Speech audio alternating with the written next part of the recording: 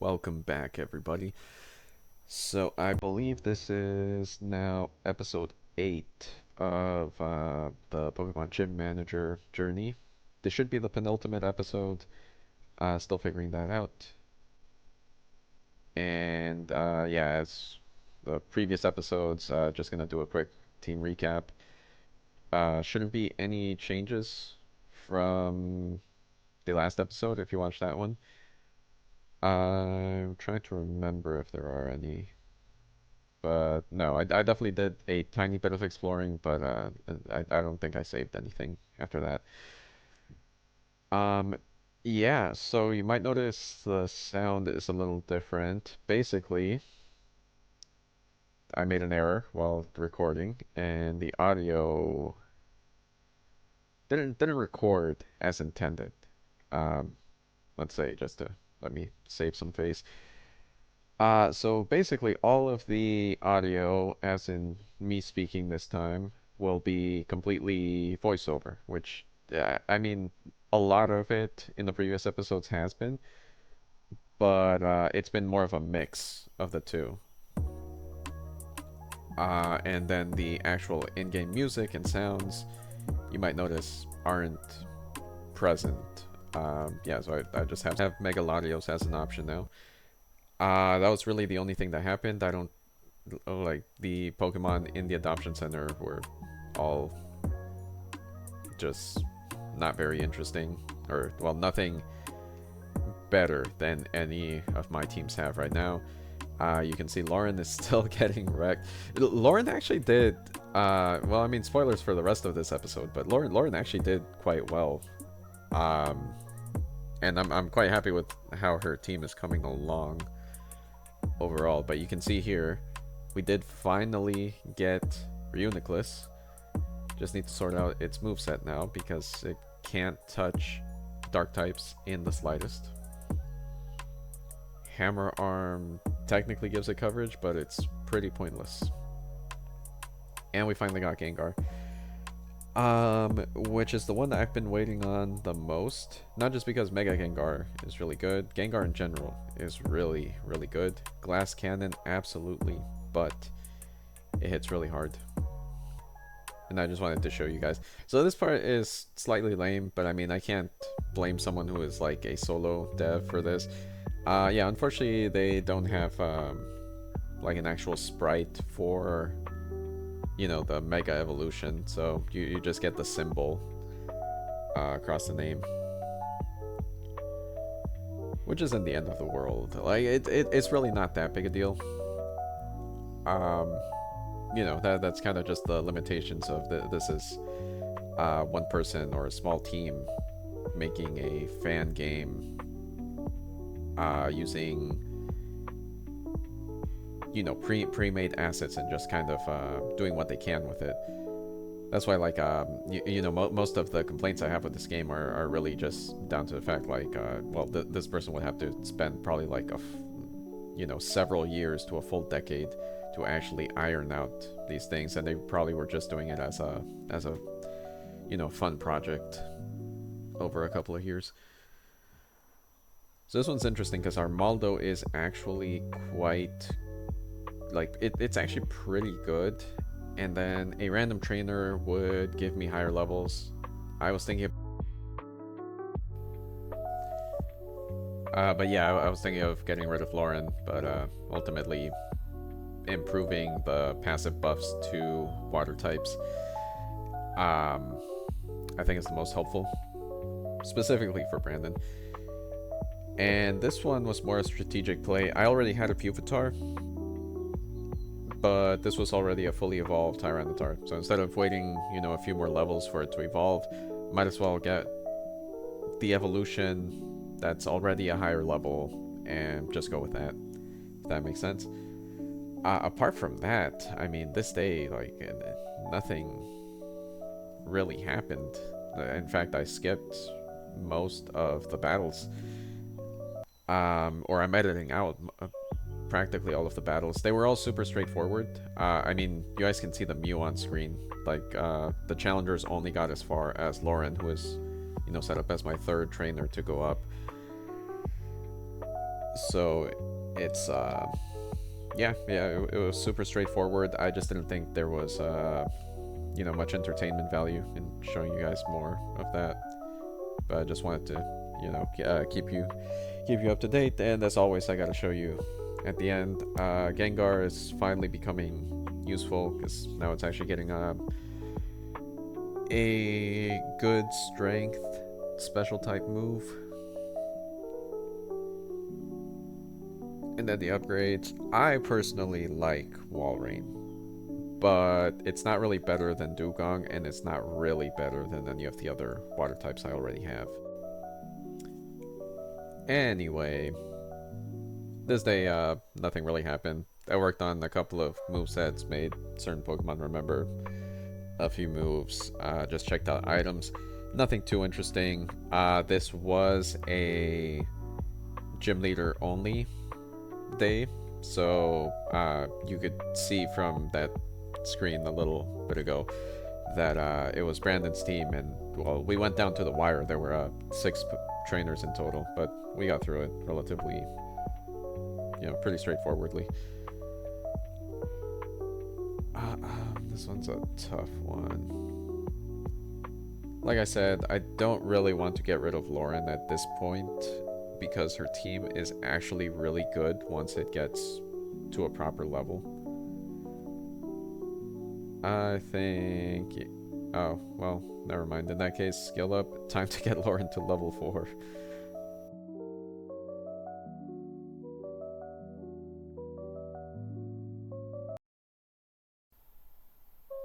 I'm still in the process of editing, so I don't know how much I'm going to cut out of this day, but probably most of it. I think at this point I've cut out like 40 minutes of just straight battling. Not so much these battles were even that difficult or that challenging.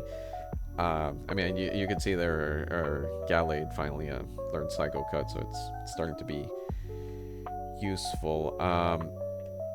Yeah, well, I wanted to show you guys that Lauren's team is actually doing some stuff, like it's actually surviving, but well, you know, to a certain extent, but yeah, no, this day was really long. This isn't even the final battle or anything. Is that I just felt like I had to mention that because yeah, I'm editing this as I go.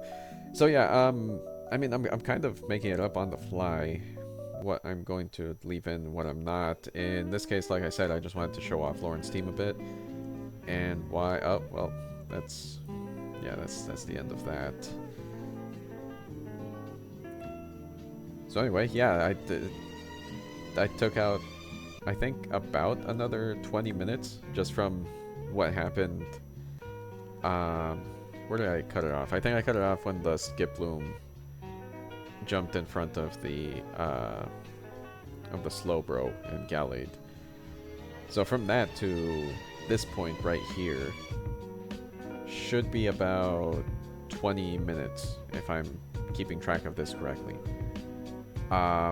Just to show off, and that's like nothing but Pokemon battles, some stalling on the enemy side, but yeah, anyway, this is the end of the day. Nothing all that interesting happened this day. There were 7 trainers that we had to take on, so yeah, it came down to our final 2, but yeah, OG Kelsey finally got her chance. I mean, this one is a no-brainer. I believe I did take the Mega Stone, and it's actually one we can use. Sadly, our Blastoise is a little under-leveled right now.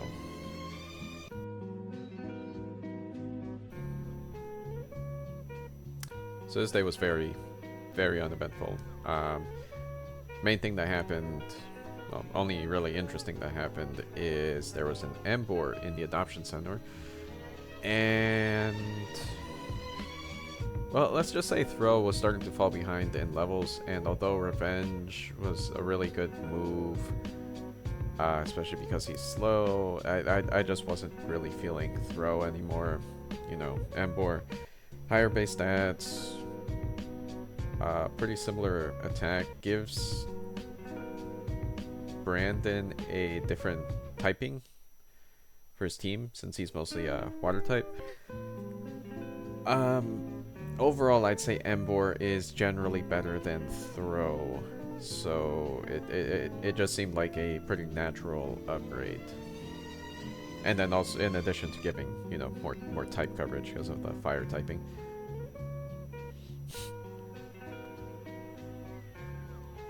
But yeah, this day, it was just long.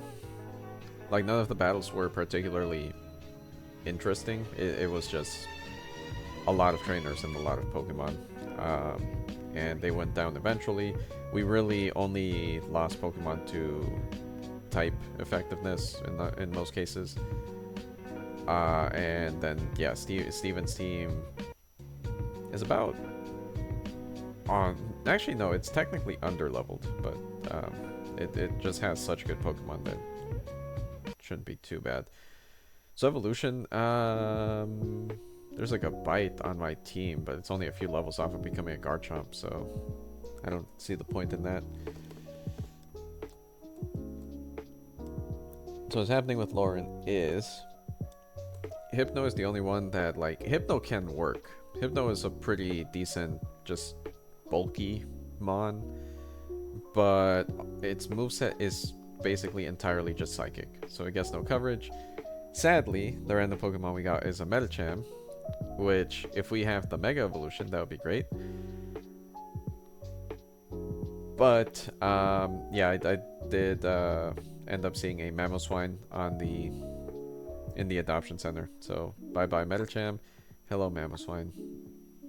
So we're running double Mamoswine. I mean, we already have double Metagross. I don't really see anything wrong with double Mamoswine. You know, it has ice typing, so a lot of weaknesses, but it has such good bulk and such good attack that it doesn't really matter. Like, it can still do big damage and still survive usually multiple hits. But we'll see. We'll make it work. It gives the Psychic a different typing again for coverage, so I'm not mad about it. So I'm still deciding, but I'm probably going to cut out most of the battles from this day, maybe up to this point. As you can see, we're on the final trainer now, unless I'm crazy and completely misread the text. This should be the final trainer, and as you can see, the Mew is out, so we are down to Lauren, which means they only made it as far as our third choice. So we still have 4 trainers up, and it went for Flamethrower for some reason. I kind of forgot that it didn't. I don't know why I forgot. I'm even staring at the screen right now and seeing there's more footage from this battle. So okay, that's on me.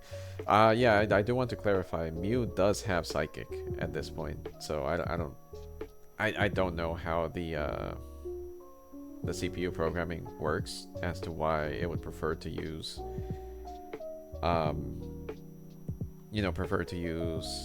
Flamethrower over Psychic at that point.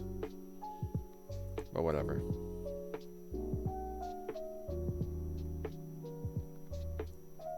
I think I might leave this in. We'll see. I mean, this audio will get cut out if I don't, but yeah, Gallade is finally actually gaining some levels. We're finally getting to a point where just through moveset alone, Gallade is actually able to do some damage. You know, able to do some stuff. And you can see there, I mean, yeah, Reuniclus and Gengar getting to levels 46 and 47. So Lauren's team is genuinely coming along. And now we've gotten rid of Hypno, which, again, I didn't actually have any issues with Hypno. It's just, you know, it has solid bulk, but it's not the best special wall. Man, it sucks that the audio I was recording while playing didn't make it through, because I know I was going on some spiel at this point about well, basically just debating whether to get heal pulse or not. I don't really remember quite what I said, but disable can come in handy, but it's just so situational. And considering this is Lauren instead of Brandon, I'm never going to willingly choose to use disable. So there's not much point, and double battles aren't that rare. So I figured, okay, that way he can at least, you know, help the team recover. So this is an interesting one because our defense is already maxed out in terms of the bonus, and Togetic, again, without getting a bunch of TMs on it, kind of sucks. So I willingly chose just not to take a reward, mostly because I didn't I just didn't want to, you know, replace a Pokemon for Togetic at this point. So honestly, I completely forgot that this is the final day of the week. Nothing really happened in the town on this day. We got pretty unlucky in that the only day that the secret shop owner showed up in the town for this whole week. Oh, another paralysis. I probably cut out most of it, but like this is, I don't know, the 16th time that I've had a Pokemon get paralyzed during some of the battles this week. Like, the hacks have not been on my side in the slightest. But anyway, back to what I was saying. Yeah, the secret shop was only available on the very first day. I think day 50. So yeah, it's... I forgot this guy had a Ho-Oh. Yeah, so some of these trainers have been having legendaries, which... Not even like the 580 to like 600 range legendaries. Like, no, like actual box arts. It's... Yeah, I don't get it. We got the boost though? Oh, I remember what happens here. Okay. So, I want to remind everyone, this is my level 4 trainer. They have a super effective move. They just got the boost. Next Ancient Power would have guaranteed killed. And they decided to switch out. Just to switch right back in.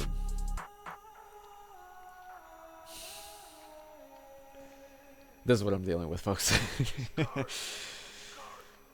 But anyway, yeah, the only interesting thing is there was an Electros in the Adoption Center, which I got rid of Steven's Archeops for. Just Archeops isn't that good because of the ability. So, yeah.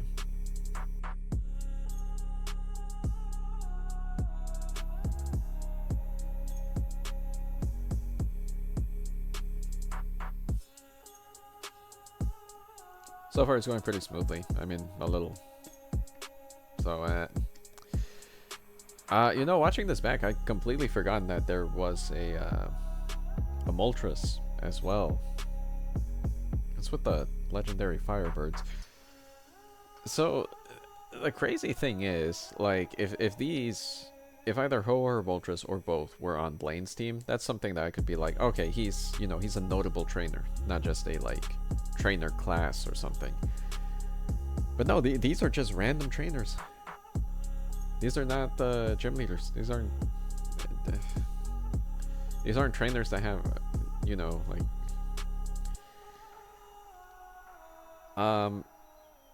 basically I'm just venting.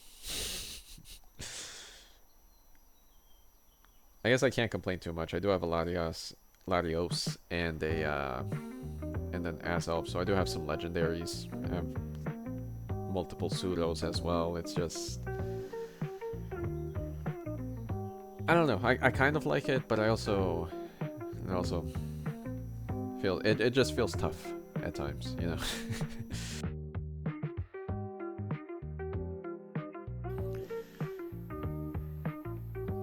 So we were actually on the back foot for most of this series of challengers. Up until Lauren and Michael, they actually managed to clean up the last couple of trainers with relative ease. Although you can see Michael only, or yeah, if you were paying attention, you can see Michael lost about half his team. And we're finally down to the final gym leader, Giovanni, who, god damn, that was, I guess that is level 59. Never mind, that's not too surprising. Oh, that's just not gonna save you. Why would you not serve?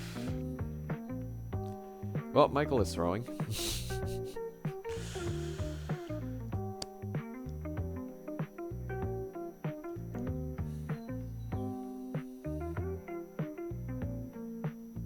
So anyway, yeah, I have probably mentioned this several times, but yeah, the gym challengers, the gym leaders that we face, are just the original Kanto 8, I believe. I'm trying to think if there's any real discrepancy. No, this is the original. Yeah, especially since it's ending with Giovanni. Well, either way, yeah, Giovanni is primarily ground type, so honestly, Keldeo probably just sweeps through the rest of his team if he actually does only have ground types. Based on the previous gym leaders' teams, he probably has at least one kind of wild card that's like, it's not astonishing that this gym leader has that typing, but yeah.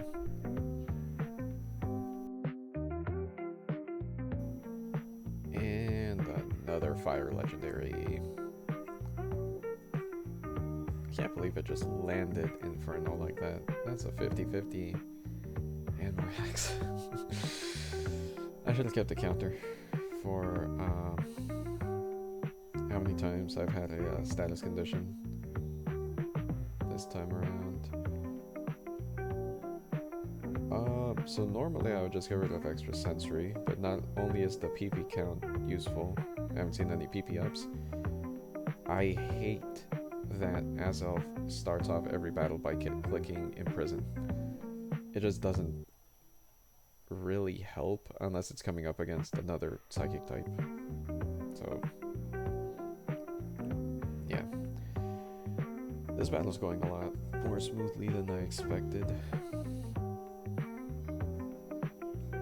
Okay, Earthquake is fantastic. Yeah, this is where it gets annoying that I don't have the original audio, just because the timing on everything seems kind of off. I'm sure I was probably just in the middle of some yap session. So like I said, because we are coming to the end of this episode, like I said at the beginning, this should be the penultimate episode. I won't title it that way, just in case it isn't. But yeah, I am still trying. Let's see, this is going to go up either on the 28th or the 29th. I am trying to get this series wrapped up by the 30th. And by that I mean the final video. Day 63, basically. Up to day 63. Should be going up on the 30th. If not the 29th. Probably, well, really late on the 29th if it does go up on the 29th. But yeah, after this, I don't know what our next game will be, but I will try to get it started